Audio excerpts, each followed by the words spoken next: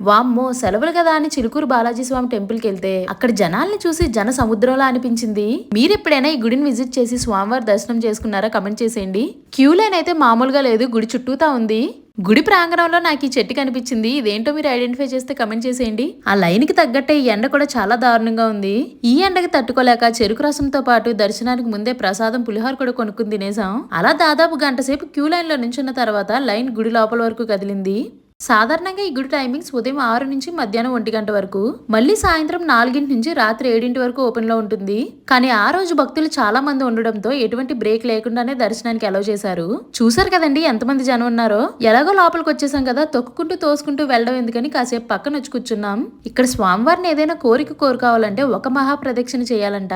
మీరు కోరుకున్న కోరిక తీరిన తర్వాత మళ్ళీ దర్శనానికి వచ్చినప్పుడు 11 మహాప్రదక్షిణలు చేయాలంట. మహాప్రదక్షిణ అంటే బయట గోపురం నుంచి చుట్టూ తిరిగి మళ్ళీ ఆ బయట గోపురం వరకు రావడం అంటండి. దర్శనం అయిపోయిన తర్వాత బయట కనిపించే ఈ స్టాల్స్ అయితే జిగిజిగేలు మరి మెరిసిపోతున్నాయి. అలా ప్రశాంతంగా మా దర్శనం పూర్తి చేసుకున్నాం.